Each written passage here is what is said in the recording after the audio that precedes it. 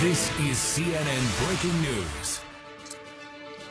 Good afternoon. I want to welcome our viewers here in the United States and around the world. Welcome to The Lead. I'm Jake Tapper. We're going to begin with some breaking news. Right now, you're looking at a live picture of the White House. We are just moments away from seeing President Trump and the Secretary General of NATO, Jens Stoltenberg, after a critical meeting this afternoon, one that comes at a very tense time for the world, with alliances unclear and a military strike in Syria with no stated strategy for what's next. Visible chills seen today in Moscow as Secretary of State Rex Tillerson met with his Russian counterpart, and then behind closed doors with Russian President Vladimir Putin, with the only apparent agreement being that the relationship between the two nuclear superpowers is at something of a low point. And just moments ago, Russia added to the mounting issues, vetoing a United Nations Security Council resolution which condemned the deadly gas attack in Syria allegedly committed by Bashar al-Assad against his own people.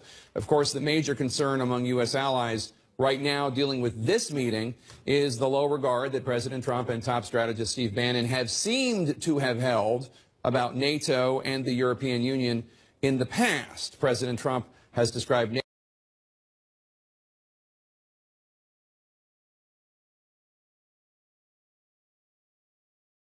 NATO, perhaps the most critical military alliance of our time, as obsolete. Frankly, many foreign policy observers say that a lack of U.S. support for NATO and for the EU plays right into the hands of Vladimir Putin as he tries to destabilize Eastern Europe. See Ukraine, for example. All of the commitment to that alliance, one that his own defense secretary has said is essential for peace in this world. CNN's Jim Acosta is at the White House, where we are awaiting this news conference with President Trump and the NATO Secretary General. And Jim, what are you expecting to hear? Jake, I think we're going to hear a very different President Trump when it comes to this matter of NATO, as you just mentioned a short while ago. He was highly critical of the decades-old alliance during the campaign, regarding it as obsolete because he felt it wasn't doing enough to take on terrorism. He also was quite critical of NATO member countries, saying that they weren't pulling their own weight when it came to contributing their share of funds to the NATO alliance. And so you may hear the president talk again about that here this morning. You may hear, or this afternoon, you may hear the NATO Secretary General Jens Stoltenberg echo the president's remarks in that regard. But I think, Jake, the thing that we're all going to be listening for here in a few moments when this gets started is the president talking about the operation to deliver missile strikes against Syria just last week. That is something that obviously is top of mind over here at the White House. The president, I'm told, according to senior administration officials, regards that operation as being a success. But there is the matter of whether Russia is going to be taking any responsibility for what has been occurring in Syria over the last couple of years with respect to Bashar al-Assad's use of chemical weapons. And I think a critical question that might be asked at this press conference, Jake, is whether or not the president has taken a different attitude towards Vladimir Putin, given the fact that he hasn't had much criticism for the Russian leader in recent years. That may change. We may hear that at this news conference in just a few moments, Jake. All right, Jim Acosta, thank you so much. Stick around. Let's talk right now with Republican Congressman Ed Royce. He's the chairman of the House Foreign Affairs Committee. Chairman Royce, thanks so much for joining us. We appreciate it. Thank you. So let me ask you, until 6 days ago, relations between Trump and Putin seemed frankly great. Now, apparently, because of Russia's support for Assad, there seem to be serious tensions. How seriously do you take this rift? Oh, I take the rift very seriously. I think when you look not just at this use of chemical weapons by Assad and then Russia's attempt to cover that up, but add to that the fact that the Russians are now using their Air Force to hit hospitals, to hit unconscionably. Putin's given this order, right? To hit schools, to hit markets, to hit civilians across Syria. This is a very serious war crime that's being committed, and hence the reaction and revulsion, not just from the United States now, but from the international community. I guess the question is, Putin and Assad have been doing this now for several years.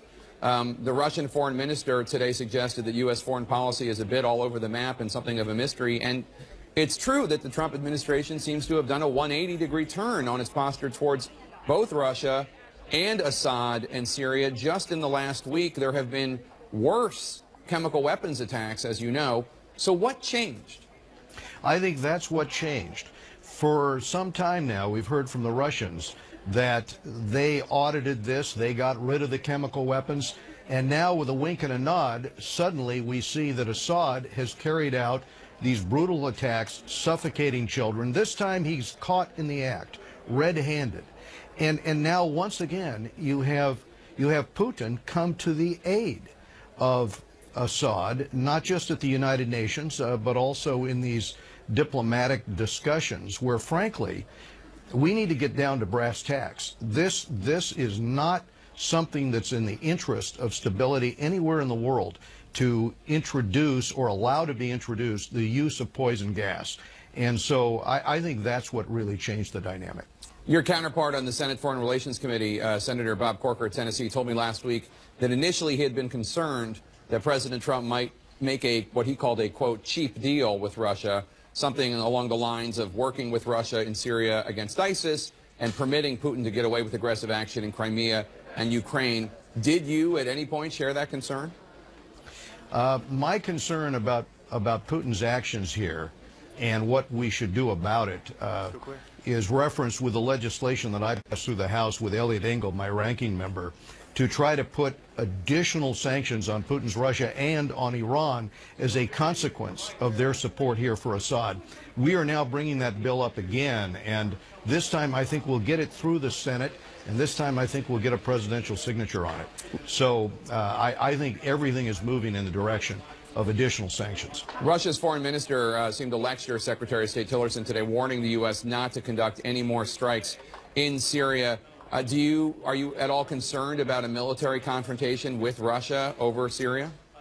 Look, you can see how measured this response was, what effort was taken to make certain that the assets that were taken out were the Syrian Air Force planes. 23 of them were destroyed.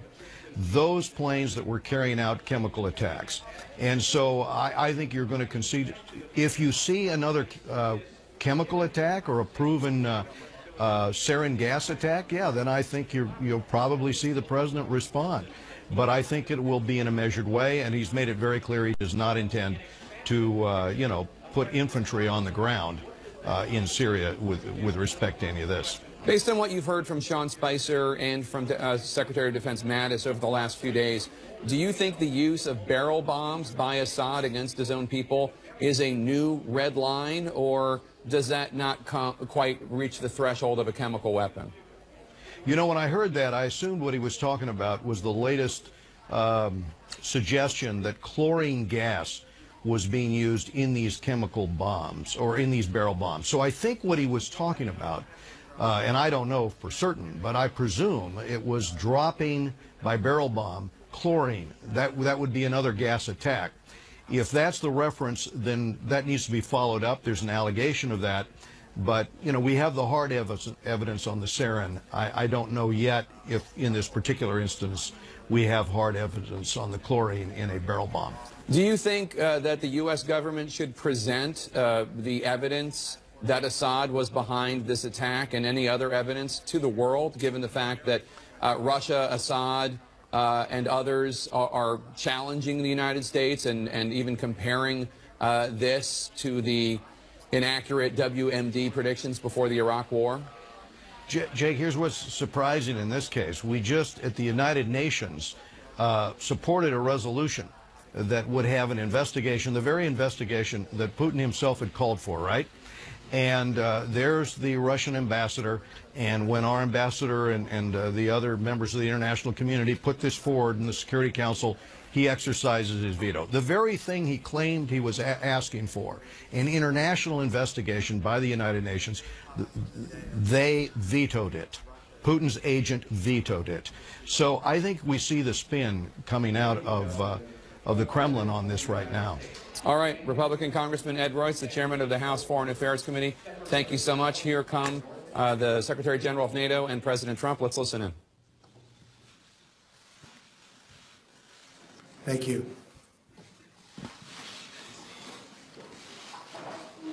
Secretary General Stoltenberg, it's a pleasure to welcome you to the White House, especially at such an important moment in our great alliance. I also want to acknowledge the great work being done by our Secretary of State, Rex Tillerson, to strengthen the NATO alliance, as well as the Secretary's trip to Moscow to promote the security interests of the United States and its allies. He did a terrific job. Just watched parts of it. He did an absolutely terrific job.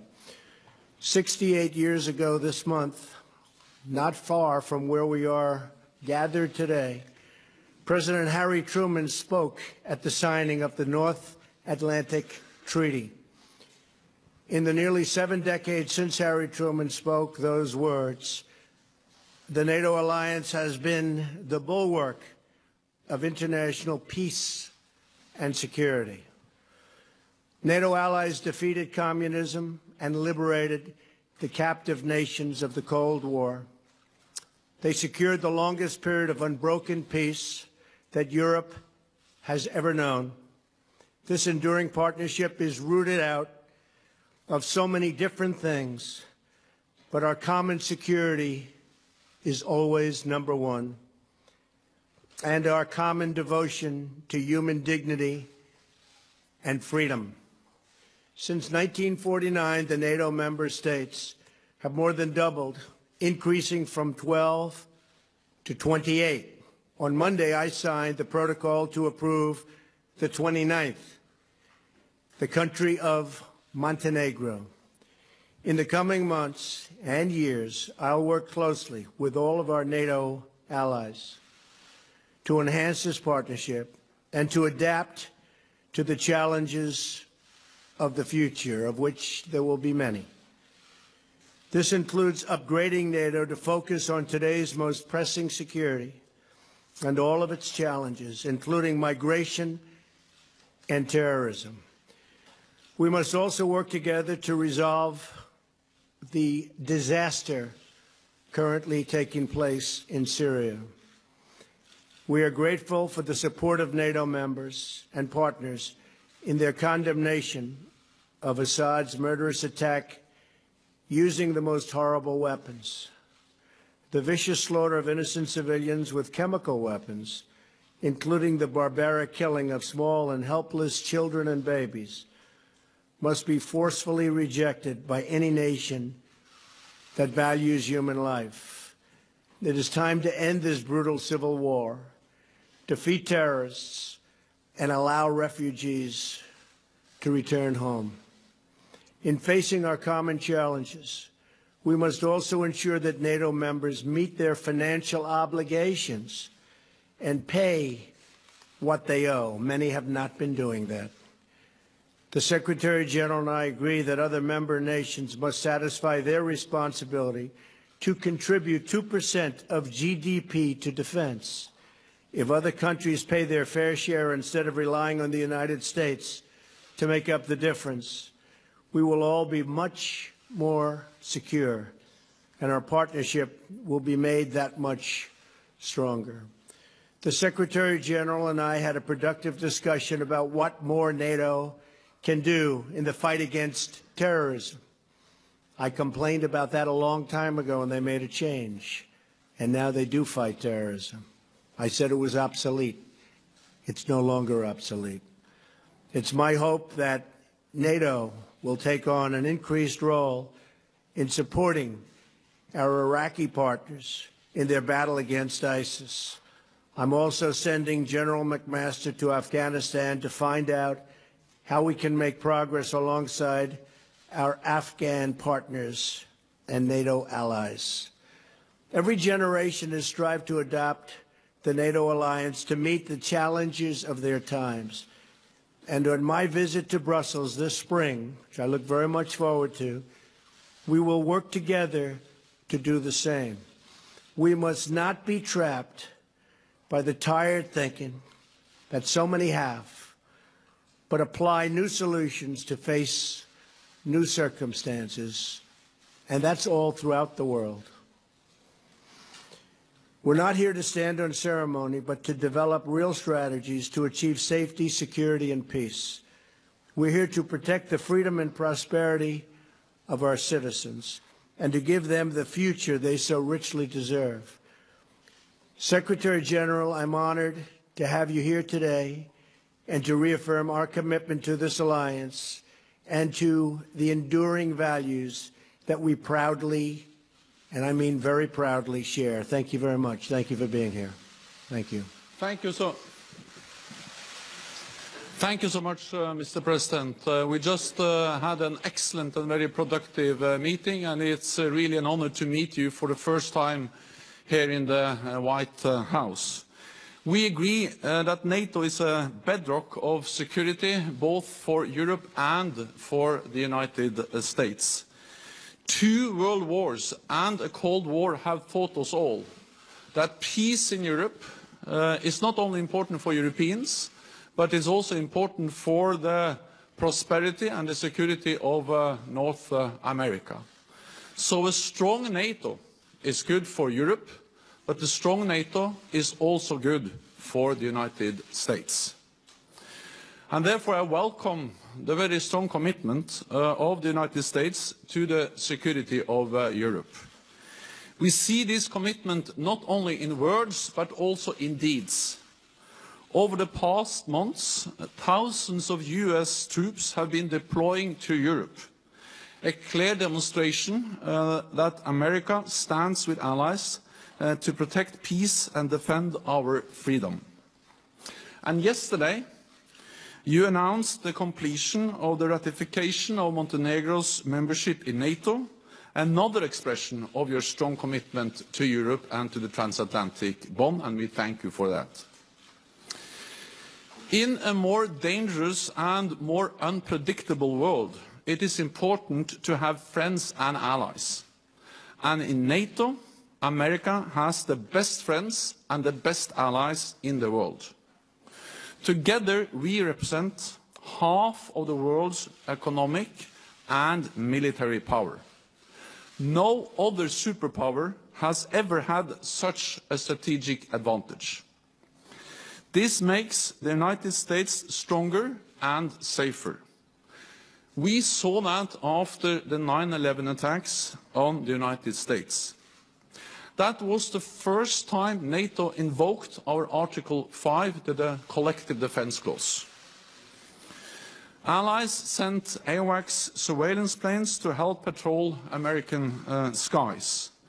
And we launched NATO's biggest military operation ever in Afghanistan. Hundreds of thousands of Europeans and Canadian soldiers have served shoulder to shoulder with American troops.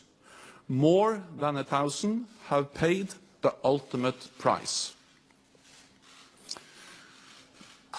Earlier today, I laid a wreath at Arlington National Cemetery in tribute to the fallen. It was a deeply moving experience. We owe it to our servicemen and women to preserve the hard-earned gains we have made together in Afghanistan. We were reminded of their sacrifice just this week when a US soldier was killed there fighting ISIL. Our mission in Afghanistan is a major contribution to the fight against international terrorism. NATO plays a key role in many other ways also. All NATO allies are part of the global coalition to counter ISIL. And NATO provides direct support to the coalition with training for Iraqi forces in their fight against terrorists and more intelligence sharing. And you are right, we have established a new division for intelligence, which enhances our ability to fight terrorism and working together in the alliance to fight terrorism in an even more effective way. But we agreed today, you and I, that NATO can and must do more in the global fight against terrorism. In the fight against terrorism, training local forces is one of the best weapons we have. NATO has the experience, the expertise and the staying power to make a real difference. And fighting terrorism will be an important topic when NATO leaders meet in Brussels in May. The other major topic will be fairer burden sharing in our alliance. And we had a thorough discussion on this issue today. And Mr. President, I thank you for your attention to this issue. We are already seeing the effect of your strong focus on the importance of burden sharing in the alliance. We agree that allies need to redouble their efforts to meet the pledge we all made in 2014 to invest more in our alliance. It is about spending more on defense, it is about delivering the capabilities we need, and it is about contributing forces to NATO missions and operations. This means cash, capabilities, and contributions. Fair burden sharing has been my top priority since taking office. We have now turned a corner. In 2016, for the first time in many years, we saw an increase in defense spending across European allies and Canada. A real increase of 3.8%, or $10 billion more for our defense.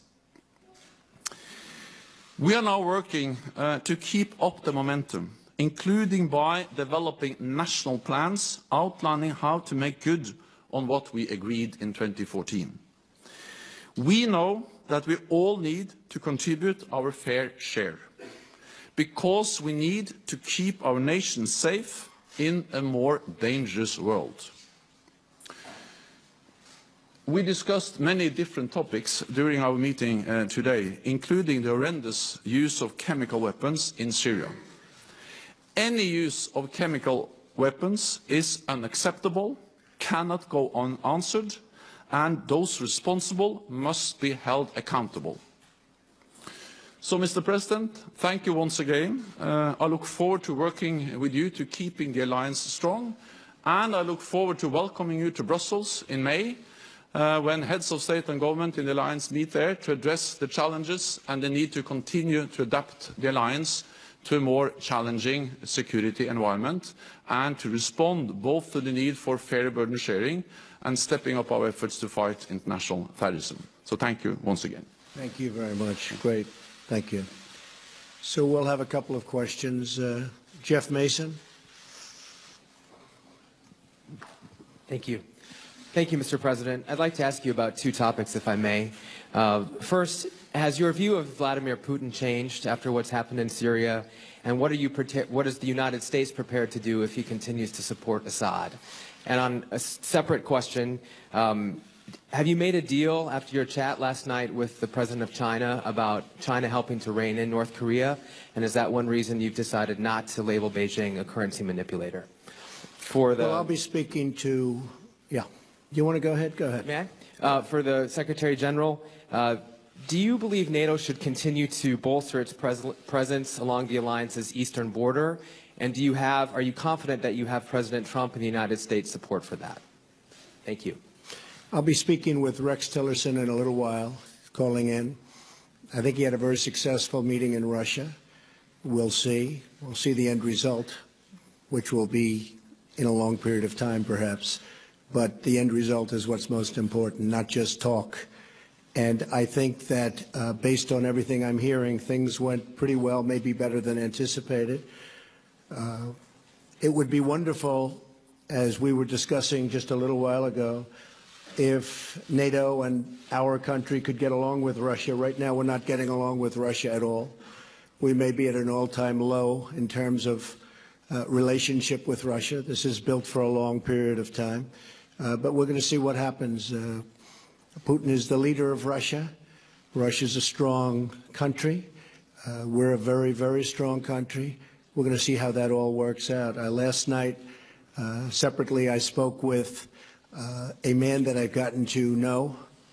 I don't know Putin, but I do know this gentleman. I've spent a lot of time with him over the last 2 days, and he is the president of China. You were there, most of you were there, and it was quite an interesting period of time. President Xi wants to do the right thing. We had a very good bonding. I think we had a very good chemistry together. I think he wants to help us with North Korea. We talk trade, we talk a lot of things, and I said the way you're going to make a good trade deal is to help us with North Korea. Otherwise, we're just going to go it alone. That'll be all right, too. But going it alone means going it with lots of other nations.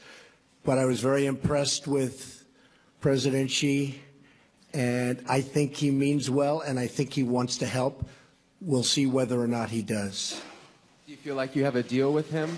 And if I could just, do you feel like you have a deal with him in terms of the currency manipulation designation? And have your views changed on Putin? We're going to see. We're going to see about that. And I'll also see about Putin over a period of time. It'd be a fantastic thing if we got along with Putin and if we got along with Russia. And that could happen, and it may not happen. It may be just the opposite. I can only tell you what I would like to do. I would love to be able to get along with everybody. Right now, the world is a mess. But I think by the time we finish, I think it's going to be a lot better place to live. And I can tell you that, speaking for myself, by the time I'm finished, it's going to be a lot better place to live in, because right now it's nasty. NATO is in the process of implementing the biggest reinforcement of our collective defense since the end of the Cold War. And one element of that is to increase our military presence in the eastern part of the alliance. And we are now deploying 4 battle groups to the 3 Baltic countries and Poland. And there will also be more US forces in that part of Europe. And this is the first time in many, many years that we see an increase in the military presence of the United States in Europe. So we are increasing our presence, and we are also increasing the readiness and the preparedness of our forces so we can quickly reinforce if needed. We consider the presence we will have when the 4 battle groups are in place as sufficient given the current security situation in Europe. But of course we will assess the situation and follow the developments very closely. The message from NATO is that what we do is proportionate, it is defensive, and we don't want a new Cold War, we don't want a new arms race. And actually we strongly believe that there is no contradiction between a strong NATO, a credible deterrence and defense, and political dialogue with Russia. I actually believe that the precondition for a political dialogue with Russia is that we are strong and that we are united. But based on that, we can talk to Russia because Russia is our neighbor, Russia is there to stay, so we have to find ways to manage our relationship with Russia. And I am absolutely certain that the United States supports this approach, partly because the United States is contributing with forces to our enhanced presence in the eastern part of the alliance and also in the southeast of the alliance in Romania. And the United States and the President has clearly expressed that they want dialogue with Russia, but based on unity and strength in the alliance. Then the next question is from John Sopel.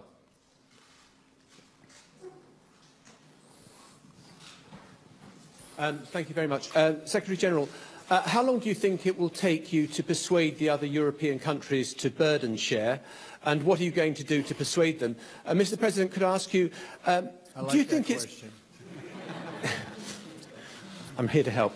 And Mr. President, do you think it's conceivable, what's your instinct, was it possible that Syrian forces could have launched that attack in Idlib last week without the Russians knowing?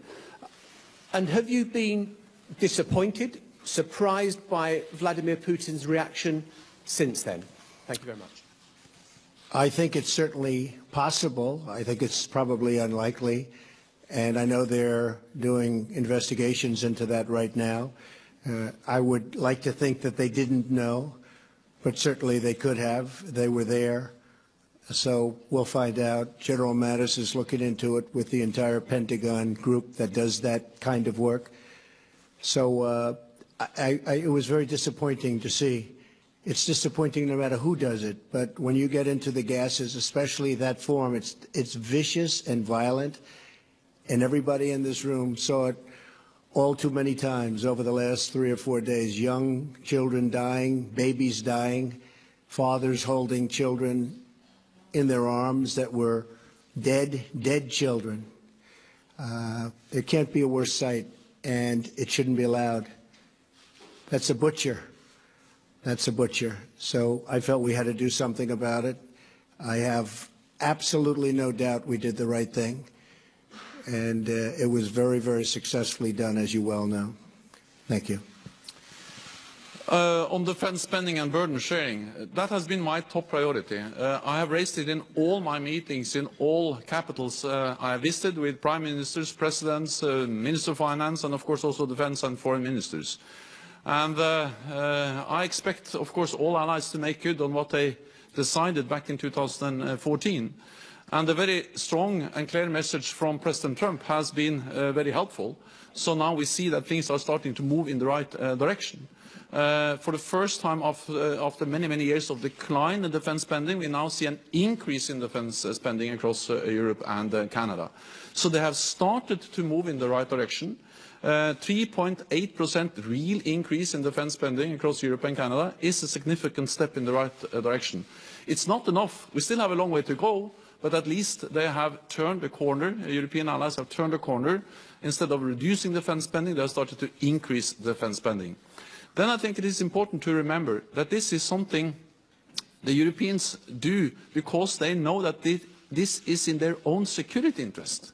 It is in their interest to invest more in European defense because the world has become more dangerous. Many European allies, of course, or all European allies reduced defense spending after the end of the Cold War because then tensions went down. But if you are decreasing defense spending when tensions are going down, then you have to be able to increase the defense spending when tensions are going up. And now they are going up. So we have still a long way to go, but I'm encouraged by the fact that we have started to move in the right direction. And so last year there were 5 allies spending 2%. This year Romania has declared that they will reach 2%. Next year Latvia and Lithuania will also reach 2%. So we'll go from 5 to 8. Which is at least going in the right direction, but still we have some work to do. And I did ask about all the money that hasn't been paid over the years. Will that money be coming back? We'll be talking about that. We want to talk about that too. Anita Kumar, where are you? Hi. McClatchy. Hi.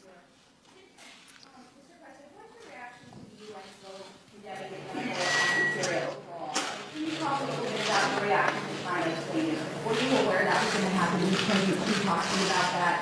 Give you a heads up. And how does that affect your relationship? We did talk last night. I think it's wonderful that they abstained. As you know, very few people expected that. No, I was not surprised that China did abstain. Very, very few people thought that that was going to happen. So we're honored by the vote. That's the vote that should have taken place. Secretary General, you talked a little bit about Moscow, about Russia. How do you counter their aggression in general? They've been interfering in recent democratic elections. How do you counter Moscow's power?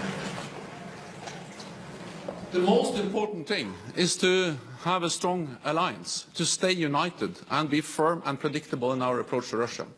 And that means that we have to invest in our collective defense. That's exactly what we are doing. Deploy more troops in the eastern part of the alliance, increase the readiness of our forces, and increase defense spending. And I welcome the very strong message from President Trump on the importance of increased defense spending. We have started to do this, so we are implementing the biggest reinforcement of our collective defense since the end of the Cold War, providing credible deterrence. But at the same time, we have to find ways to engage with Russia, to talk with Russia. Because Russia will not go away. Russia will be our biggest neighbor, and we have to find ways to live with them and to try to avoid a new Cold War, a new arms race. And that's exactly why I am very much in favor of what we call the dual-track approach to Russia. And as a former Norwegian politician, I have the experience to work with Russians because Norway is bordering Russia. And Norway was able, even during the Cold War, to develop, I would call it a pragmatic working relationship with Russia.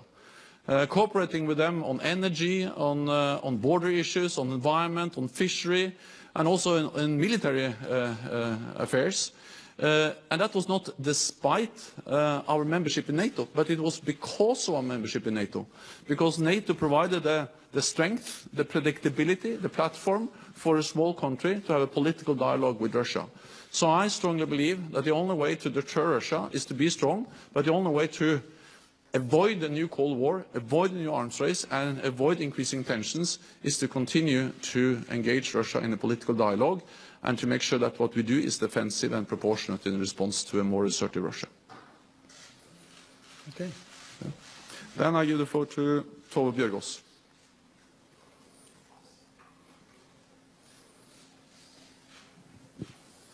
Thank you. Mr. President, I'm from Norway. Russia is our neighboring country. What do you think Europe has to fear from Russia if this tension continues? Say it. What do you think that European countries have to fear from Russia if this tension continues? I cannot hear. I cannot understand. I'll do it again. What do you think what do you think European countries have to fear from Russia if this tension continues to escalate? And for you, Mr. Secretary General, the President has said that the attack in Syria last week was warranted, and it was also an attack on U.S. allies. Do you think that this attack was warranted, and do you see NATO playing any supporting role in future actions in Syria? Well, I wanted to start by saying hopefully they're going to have to fear nothing ultimately. Right now there is a fear, and there are problems. There's certainly problems. But ultimately, I hope that there won't be a fear and there won't be problems and the world can get along. That would be the ideal situation. It's crazy what's going on, whether it's the Middle East or you look at, no matter where the Ukraine, you look at whatever you look at, it's got problems, so many problems. And ultimately, I believe that we are going to get rid of most of those problems and there won't be fear of anybody. That's the way it should be. We have a very big problem in North Korea, and as I said, I really think that China is going to try very hard and has already started. A lot of the coal boats have already been turned back. You saw that yesterday and today. They've been turned back. The vast amount of coal that comes out of North Korea going to China, they've turned back the boats. That's a big step, and they have many other steps that I know about. So we'll see what happens. It may be effective. It may not be effective. It's not effective. We will be effective. I can promise you that. Thank you. NATO has constantly condemned the use of chemical weapons in Syria, and the use of chemical weapons is horrendous, and it's a clear violation of international law. And any use of chemical weapons is unacceptable and cannot go unanswered. So those responsible must be held accountable. The strike against the air base in Syria was a U.S. operation based on U.S. intelligence, but you have seen that within the alliance this has been something which has been met with a lot of understanding, because NATO allies do not accept that chemical weapons are used, and therefore we also strongly support the efforts of the fact-finding commission to try to find out actually what happened and to make sure that we don't see any use of chemical weapons in the future. Okay. Thank you very much. Thank you. Thank you very much.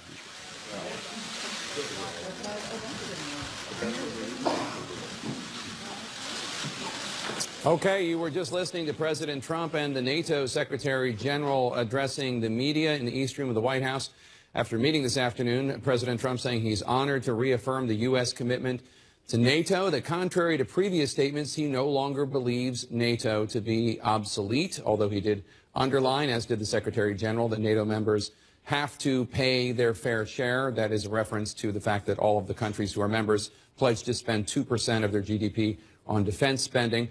On the Syria chemical attack, President Trump referred to the Syrian dictator Bashar al-Assad as a butcher. CNN's Jim Acosta is at the White House, where we just heard President Trump and the Secretary General. Jim, the President had a strong declaration that the alliance is no longer obsolete. He also said that relations between the United States and Russia are perhaps at an all-time low. Well, that's right, Jake, and that echoes what the Secretary of State Rex Tillerson said earlier today when he was in Moscow with the foreign minister there, Sergei Lavrov, that U.S.-Russia relations are at this all-time low. That is as close as we've heard President Trump, either as President Trump or as candidate Trump, really criticize Russia. You have not heard that very much from Donald Trump over the years. I do think it is interesting, Jake, that when given the chance on a couple of occasions during this press conference, he was asked had his views changed of Vladimir Putin. The president sort of retreated to this notion that, well, Russia's a powerful country. We're a very powerful country. We'll have to see how things go, and that it would be great if the U.S. and Russia could get along with one another. Once again, when presented with an opportunity to directly criticize the Russian president, this president did not elect to do that. And I think that what makes it even more interesting, Jake, is that you heard President Trump during this news conference refer to Syrian leader Bashar al-Assad as a butcher and questioning whether or not the Russians may have had advanced knowledge of those chemical weapon strikes against the civilian population in Syria. That was not enough, apparently, during this news conference for the president to come out and say, okay, now I am changing my attitude. Now I am changing my opinion of Vladimir Putin. You just didn't hear that today from the president. But, yes, there certainly was a reversal when it comes to the NATO alliance. The president, time and again, as you know, Jake, during the campaign, referred to the NATO alliance as obsolete. He did not do that today. He said he no longer thinks it's obsolete. Didn't really provide a whole lot of insights as to why that attitude has changed, although you know, Jake, and I know that a lot of foreign policy, smart minds out there have impressed upon this president that, no, you can't abandon the NATO alliance, not after decades of relying on that alliance for global peace. Jake. All right, Jim Acosta at the White House for us. Stick around. Let's bring in my roundtable, and let me start with you, Congresswoman Harman. What struck you the most from this press conference? What do you think was the most intriguing as we were watching, to be charitable, the evolution of President Trump when it comes to his views on foreign policy? Trump's tone, the fact that he stuck to his message and didn't veer off at all, the civility of the whole thing. NATO was a place that he said just a short while ago was obsolete, and I was in Munich in mid-February at the annual Munich Security Conference, and the audience, mostly Europeans, mostly NATO members, were terrified. Vice President Pence showed up and said President Trump believes in NATO, and he didn't make the sale. He made it personally, but he didn't make it for the president. So this is a big deal, and it comes after a good week of operating on many fronts. And I think the Tillerson visit and the 2-hour meeting with Putin was impressive. And I also think the fact that we welcomed a 29th member to NATO just today shows that we actually can operate on multiple levels. And Danielle Pletka, one of the things that the Congresswoman just mentioned is the fact that Europeans have been very concerned as the European Union is showing some strains with the UK leaving and other nationalist movements perhaps threatening the EU as well, with other defections, with Putin wanting to extend his control over Eastern Europe. A lot of our allies in Europe are very worried. I would think that this press conference might reassure some of them. I think that this press conference overall was very reassuring. You know, since last week, the big question on everybody's mind has been, was this a one-off? You know, was Ivanka just telling the president, oh, this was so terrible, look at the poor babies, and he'll just go back to business as usual, Putin's my friend, we can manage, I don't care about Assad? The answer to that is no. You know, this actually appears to be, we can call it an evolution, we can call it a change, we can call it whatever we want, but we like it. This appears to be the president taking very seriously our commitment, our American commitment to NATO, how important that is, how our European allies rely on us, how the United States is, in fact, standing for what is right in the world in this strike on Syria. He's giving it to the Russians. Yes, he wasn't personal with Mr. Putin, but I think he was very straightforward about potential Russian involvement, so he didn't shy away from any of that. You know, I thought this was good Donald Trump growing in office. And yet, Bill Kristol, it is possible that the flexibility that the president brags about having might rear its head tomorrow, and he's back to NATO seeming obsolete and Putin being a strong leader. Yeah, though he's gone pretty far, and it seemed like he internalized that in the Q&A. He wasn't just reading talking points that H.R. McMaster wrote for him. And I am old enough, as we all are, to remember when Donald Trump denigrated NATO, made excuses for dictators using poison gas. Old enough, it was 2 weeks ago. Yeah, exactly, or during the campaign, certainly, right? Long time ago. Was not wanted to stay out of wars in the Middle East, and so forth. For me, the one question that would, so I think on some of these things, he's certainly moved to a much more traditional, you might say, American posture. The one place we've been fighting with NATO, obviously, for over a decade is Afghanistan, which was barely mentioned by either of them. And there are big decisions to make. It's sort of slid to the back, not to the back burner, but to the back of people's consciousness because Syria is such a big story, and then Russia and so forth. But actually, it's a question of how many troops we will leave there, whether we should up our troops a little bit, are we going to try to maintain control of the country or let it go? Let it go. We lost Sangin, the capital of Helmand, what, about 3-4 weeks ago? The Afghan army did. So I think Afghanistan is another issue where we'll see whether he has had the attitude of, ugh, these wars, I don't want to be part of them, we don't win wars anymore. Is he going to be serious about making sure that Afghanistan doesn't fall apart? Let me bring in Julia Yaffe, who joins us now from Moscow. Julia, you heard the press conference. You also were present earlier today when Secretary of State Tillerson met with his counterpart, the Foreign Minister of Russia, Lavrov. Where do you see the U.S.-Russian relationship going right now? You know, I think the Russians are really on the back foot right now. They did not expect this 180 from the Trump administration. They did not expect them to go in a matter of days from saying that, you know, it's the Syrian people who should decide Assad's fate and we're not a part of this, to, in a matter of hours, taking the decision to bomb an airfield in Syria. So they're still trying to figure out what the what the Trump administration wants, what their policy is. They're talking a lot about how the State Department under Trump is not staffed up. They don't know who to talk to. They're clearly a little bit flustered, and they're trying to kind of keep the channels of discussion open and trying to paper over differences as much as you can. So you saw Secretary Tillerson taking a very firm stance during his press conference with Foreign Minister Sergei Lavrov, who was trying as much as he could to keep Russia's position strong, but also to paper over differences, to keep things kind of moving, to keep things looking more smooth than they really are. So usually, you know, we're used to, in the U.S., to Putin being the unpredictable one. Now the shoe's on the other foot. And yet, Julia, just as long as I have you, there is something of a disconnect. President Trump certainly being more vocally critical of Vladimir Putin than he has been in the past. But members of his administration, whether Defense Secretary Mattis or United Nations Ambassador Haley, have been much stronger on Russia. So it seems as though President Trump's still keeping the possibility of better diplomatic relations out there. Do you agree? Yeah, I do agree. And you actually had Secretary Tillerson in Moscow say that, you know, it's kind of a case, the case is closed on Russian meddling in the U.S. elections. He said, we talked about it a little bit, but all the evidence is there, and, you know, the jury's not out anymore on this.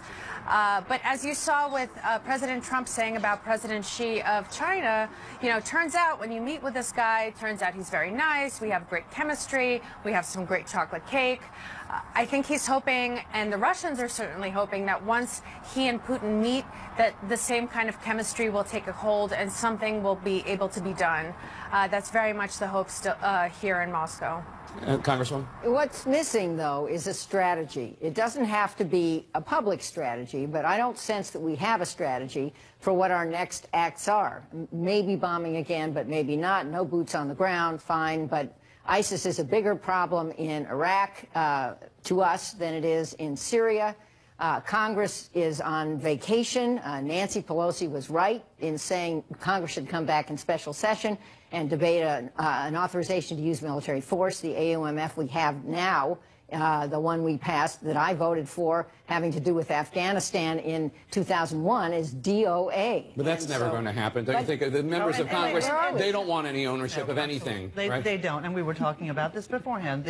Except for you. You were brave, and you were... Actually, there are several members who do. But Nancy Pelosi isn't one of them. Nancy Pelosi wanted them to come back into session so they could constrain this president, so that they could criticize this president. And I got to say, I'm with you, Jane, on the question of whether or not this is part of a strategy. But I do give enormous amount of credit to the professionalism of someone like H.R. McMaster. So he's got the National Security Advisor. I totally agree with you. Right. And Jim Mattis, who's our Secretary of Defense. They've got some terrific people staffing up the NSC. But they are but they are putting together a strategy. And frankly, I am happier that they don't roll something out and posture and actually think this through and do it seriously. Bill, final word. No, I agree with that, but I think they should forced a debate in Congress. I mean, I think it would be healthy for the country, because otherwise we're going to sit here speculating about the internal machinations of the Trump administration. If people want to say we should be more constrained in dealing with poison gas attacks in Syria than President Trump has been, let's have that debate on the floor of the House and the Senate. I think you could get actually bipartisan majorities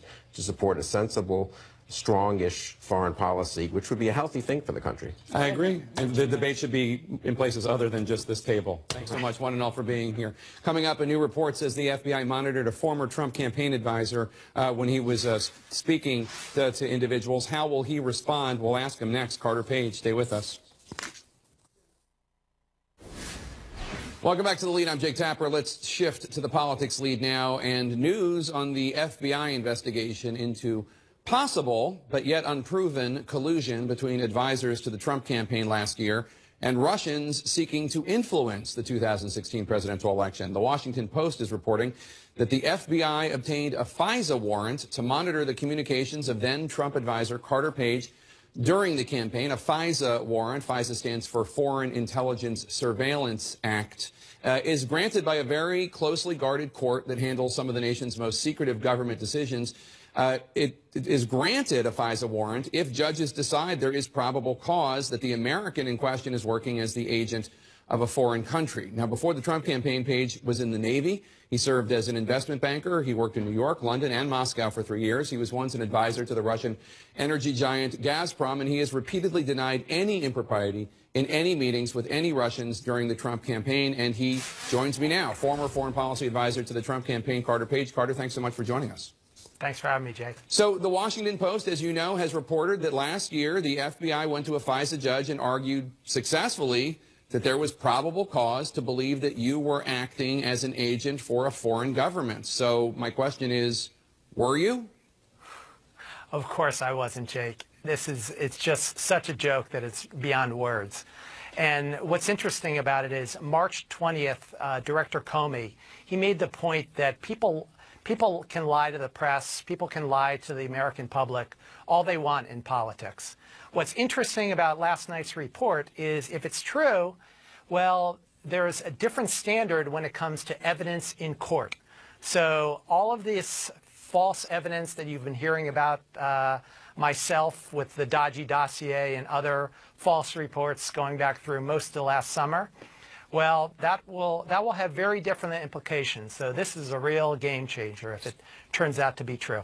What do you mean it's a game changer? How is it a game changer? I mean, at least 2 times that we know of, the FBI has investigated your links with Russians. In 2016, last year, when they went to the FISA court and got a court order and received permission to monitor your communications. And earlier, as you know, in 2013, the FBI interviewed you.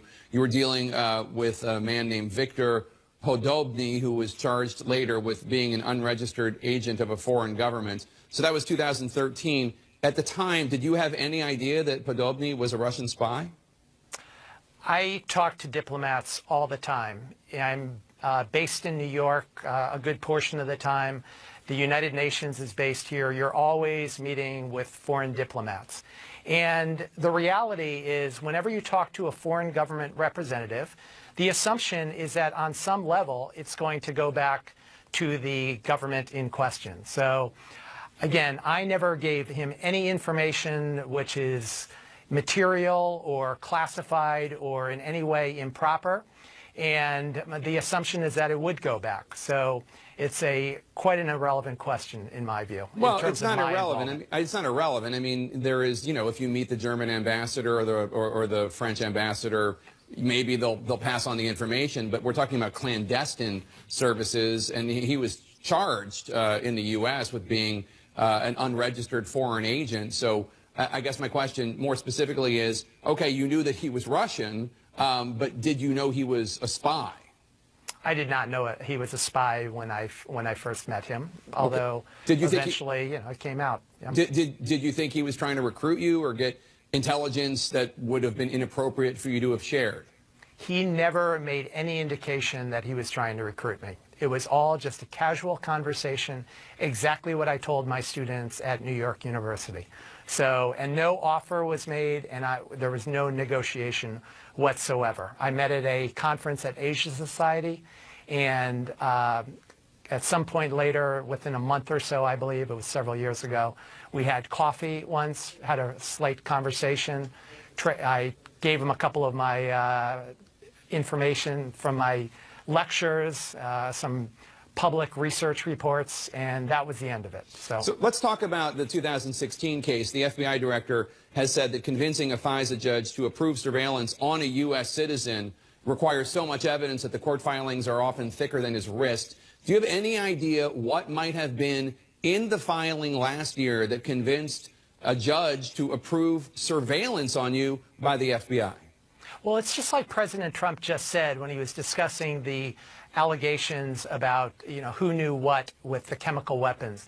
Let's not jump to any conclusions, and until there's full evidence and a full investigation has been done, we just don't know. I have the same attitude about this. However, if you look back at all the information that is dribbled out and false information, going back to really the first major one was the letter from Senator Harry Reid to Director Comey in late August of last year, and it was citing, it was giving some indications of this false evidence, which eventually kept dribbling out, and we saw it in its full glory in early January with the BuzzFeed report. So, have you talked to the FBI about their Russia investigation? Have you been interviewed by them or questioned by them in any way? I tried asking Lisa Monaco at a breakfast meeting in early January about the ongoing allegations about FISA warrants, which had been coming out about me going back to October. And she avoided the question completely, and she also made the point that we don't talk about any ongoing investigations. And again, I've always respected confidentiality. I have nothing to say about any ongoing investigations that may or may not be going on. You're not going to comment? Is that what you're saying? I have no comment, no. Well, I mean, I prepared for this interview and I read, a year's worth of stuff about you, and until February, you would say repeatedly the FBI had not contacted you. You stopped saying that in March. Is it fair to assume from that you have now talked to the FBI and you are just declining to comment because now the facts have changed? Well, I have been very forthcoming that I want to get as much information out there as possible. And that has stood from the very beginning. And in several documents which I've sent to both the House and Senate committees. And I really look forward to having those discussions and really supporting this ongoing process as it continues. So there are a few questions. You talk about wanting to be as honest and open as possible. There are a few questions that in the past you have declined to answer. So let's give you another opportunity. I think you owe it to the American people, and frankly, you owe it to yourself to clear your name if you're innocent, as you say you are. So the first one, who brought you into the Trump campaign? Jake, even if you look on many shows on CNN, they always have these line diagrams with various faces of people who've supported the Trump campaign over time and various wire diagrams back to President Putin. I mean, and very often it's, based on these false reports.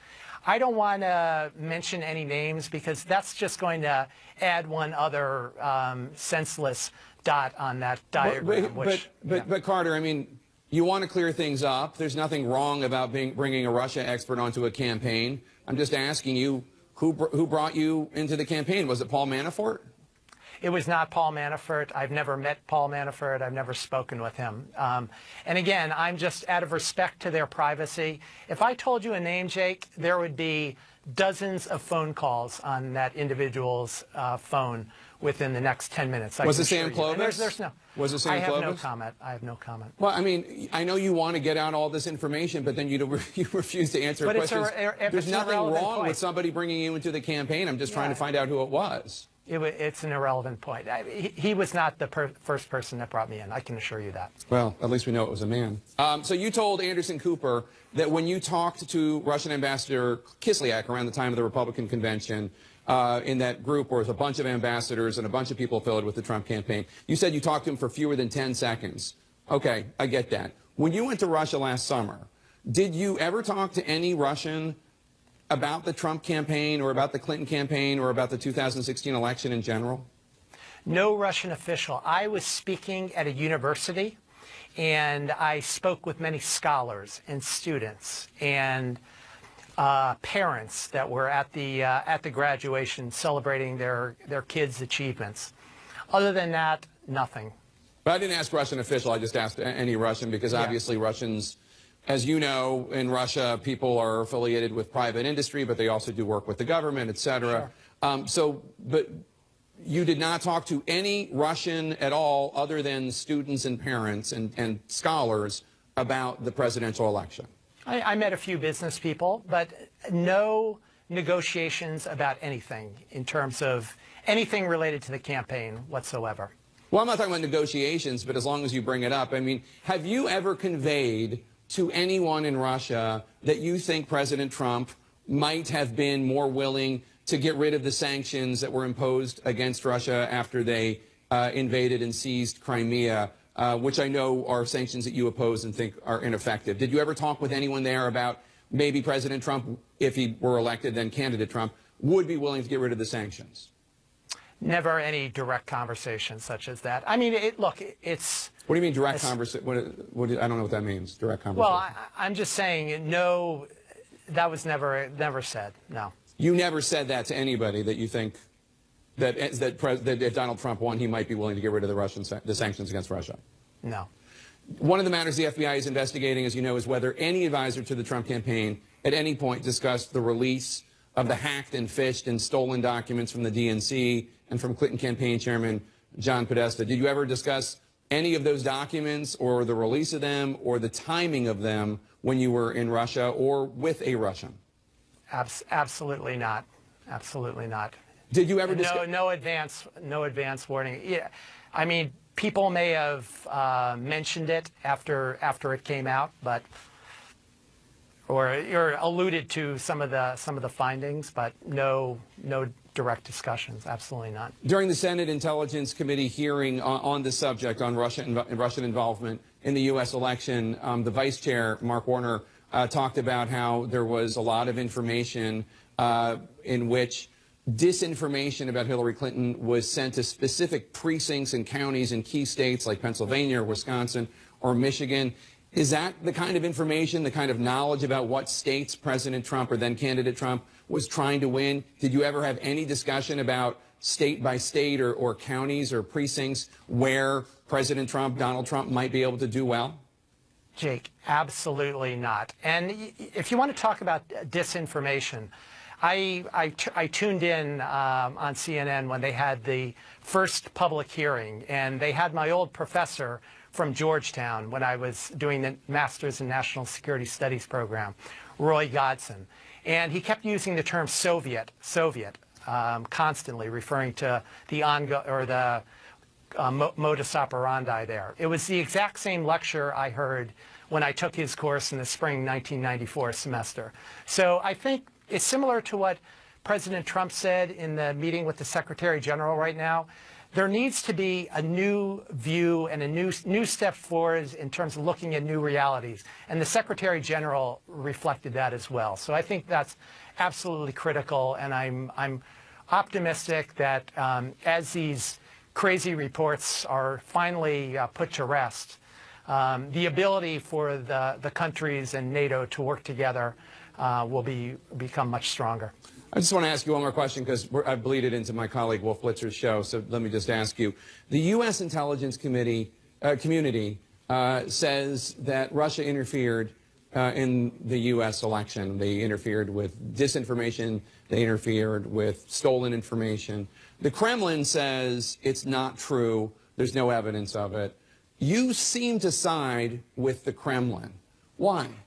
Jake, I have looked in detail as to what was done against me. And I can assure you, any interference, even going back to the report in the Washington Post, if you look at the public relations and information warfare aspects of what was constantly dribbling out with this false evidence against me, I would argue that that's actually much more material and had a much bigger impact on the election. I have not closely studied that, and I have no official position on the other details. Going back to the point that the president made, that we won't make any direct comment or conclusion until full evidence is seen. And I'm not privy to the full classified details regarding that study, which was created under the Obama administration, which supposedly put out this FISA warrant against me.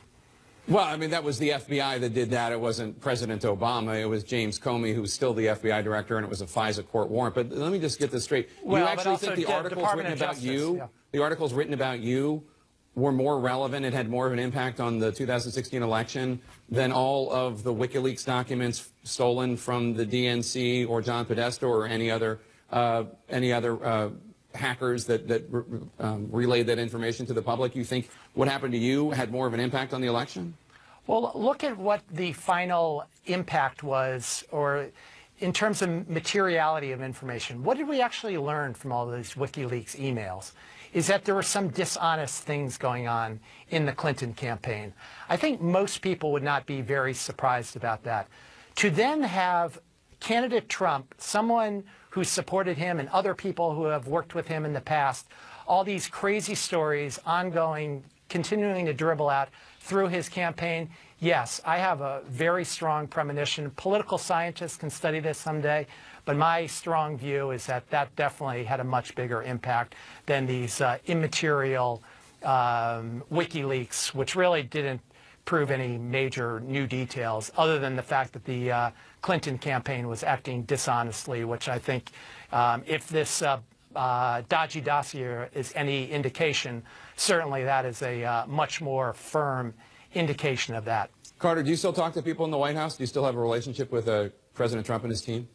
Nothing recent, no. Nothing recent? Nothing. When was the last time you talked to President Trump or anybody in his orbit? Nothing since the beginning of the administration, since January 20th. All right, Carter Page, thank you so much for answering our questions. We appreciate it. Thanks, Jake. Have a good day. That's it for The Lead. I'm Jake Tapper, turning you over to a very patient Wolf Blitzer in the Situation Room.